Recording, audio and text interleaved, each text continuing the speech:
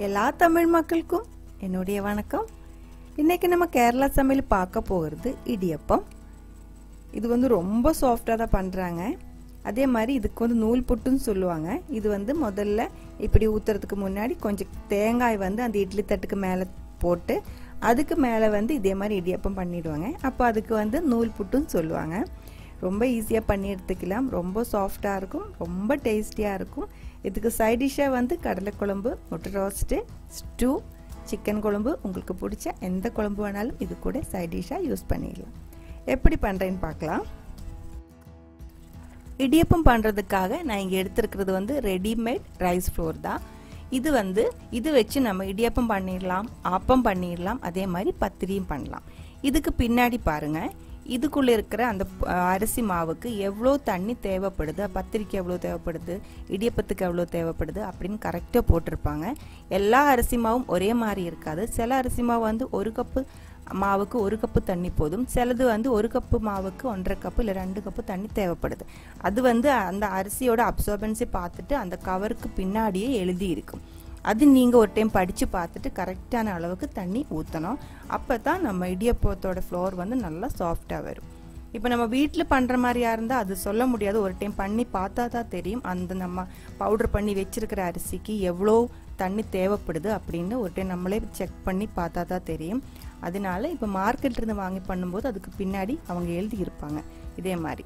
அதனால ஒரு time check பண்ணிவிட்டு கவனமாக பார்த்ததுக்கப்புறம் பண்ணிக்கோங்க. வீட்டில் இந்த பவுடர் எப்படி பண்ணுறேன்னு கேட்டால், புட்டு ஃப்ளோர் நம்ம பண்ணுற ஒரு வீடியோ போட்டிருந்தாங்க. சேம் அதே ப்ரொசீஜர் தான் இடியப்பத்துக்கும். ஆனால் சளிச்செடுக்கும் போது மட்டும் நெருக்கமாக இருக்கிற சீவில் சளிச்செடுத்தால் போதும். மிச்சம் எல்லா ப்ரொசீஜரும் அப்படியே தான். இப்போ வந்து இதிலிருந்து 1 கப்பு அரிசி மாவு நான் இங்கே எடுத்து வச்சுருக்கு. இப்போ நீங்கள் இது வந்து மெஷர்மெண்ட் கப்பு தான். உங்கள்கிட்ட மெஷர்மெண்ட் கப் இல்லை இருந்தால் கிளாஸில் இருந்தாலும் எதில் இருந்தாலும் நீங்கள் அதோட அளவு பார்த்து அதே கப்புக்கு தண்ணி ஊற்றிக்கோங்க. இப்போ நான் எடுத்து வச்சிருக்க இந்த ரைஸ் ஃப்ளோருக்கு வந்து 2 கப்பு தண்ணி தேவைப்படுது. இப்போ 2 கப்பு தண்ணி ஊற்றி 1/4 டீஸ்பூன் உப்பு போட்டு 2 டேபிள் ஸ்பூன் தேங்காய் எண்ணெய் ஊற்றி நல்லா கொதிக்க விட்டுடலாம். தேங்காய் எண்ணெய் தான் ஊற்றணும், வேறு எந்த எண்ணெயுமே ஊற்றக்கூடாது. வேறு எந்த எண்ணெய்க்குமே இந்த ஸ்மெல்லு கிடைக்காது. ஸோ தேங்காய் எண்ணெய் ஊற்றுறதுக்கு பார்த்துக்கோங்க. நல்லா கொதிச்சதுக்கப்புறம் சிம்மில் வச்சுக்கோங்க. சிம்மில் வச்சதுக்கப்புறம் நம்ம எடுத்து வச்ச அந்த 1 கப்பு அரிசி மாவு போட்டு கொடுத்துடலாம். உடனே மிக்ஸ் பண்ணிக்கோங்க. இது வந்து கட்டி வரக்கூடாது. இப்படி மிக்ஸ் பண்ணிகிட்டே இருந்தால் கட்டி வராது. முதல்ல இப்படி பார்க்கும்போது பெரிய பெரிய கட்டி வருமா அப்படின்னு தோணும், தண்ணி கம்மியாக இருக்குன்னு தோணும். ஆனால் அப்படி கிடையாது. இது போக போக நம்ம மிக்ஸ் பண்ணுறதுக்குள்ளே இந்த தண்ணி வந்து எல்லா இடமும் கலந்து நல்லா கட்டியாக இருக்கிற மாவாக கிடச்சிடும். நல்லா மிக்ஸ் பண்ணி கொடுத்துக்கோங்க.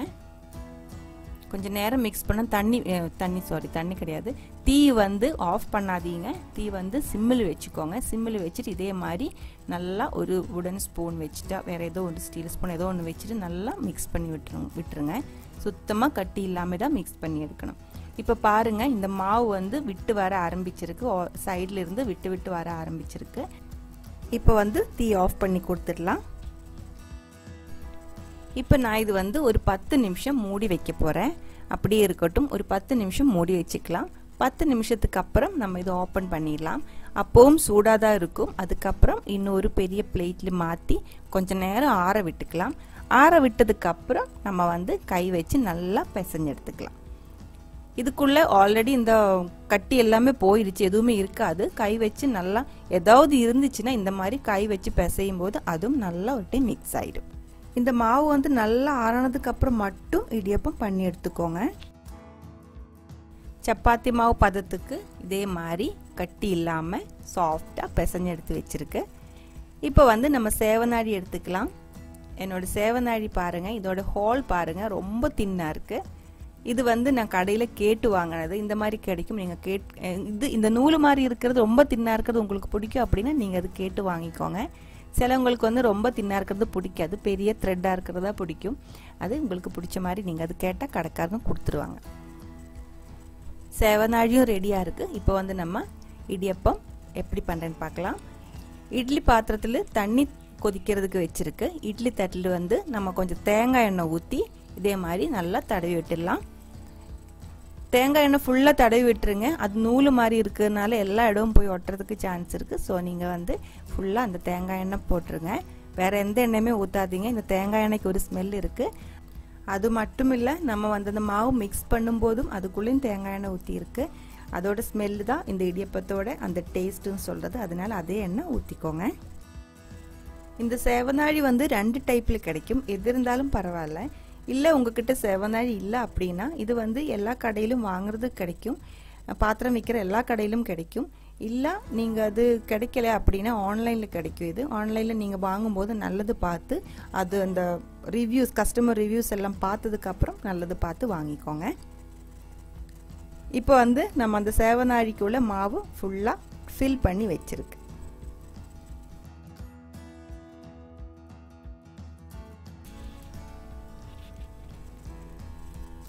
பாருங்க, இடியப்பத்தோட த்ரெட்டு பாருங்க, ரொம்ப தின்னா இருக்கிற ஹோலாக இருக்கிறதுனால அதுல இருந்து வர்ற நூலும் ரொம்ப தின்னா இருக்கு. அந்த த்ரெட் வந்து ரொம்ப தின்னா இருக்கு. எனக்கு வந்து பர்சனலாக இப்படி இருக்கிறது தான் இடியப்பம் பிடிக்கும். ஆனால் என் வீட்டிலே பாதி பேருக்கு வந்து கட்டியாக இருக்கிற அந்த நூல் தான் பிடிக்குது, பாதி பேருக்கு வந்து தின்னா இருக்கிறதா பிடிக்குது.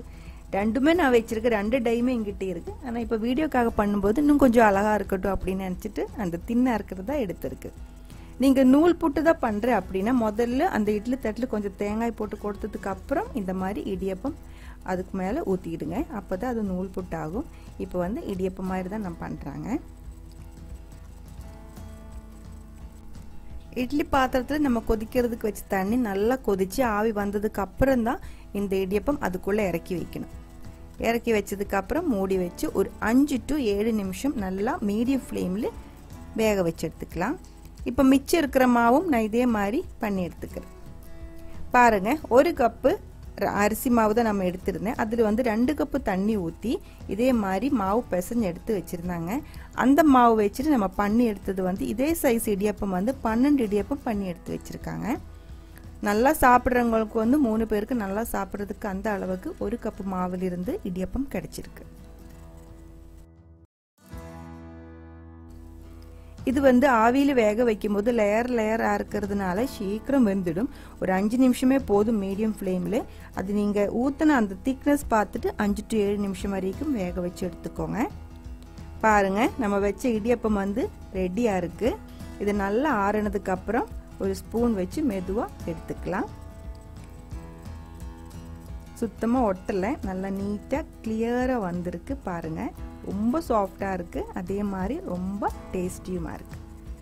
இதுக்கு சைட் டிஷ்ஷாக வந்து உங்களுக்கு பிடிச்ச எந்த குழம்பு வேணாலும் ஊற்றி சாப்பிட்டுக்கலாம். இதோட காம்பினேஷன் நிறைய இருக்குது.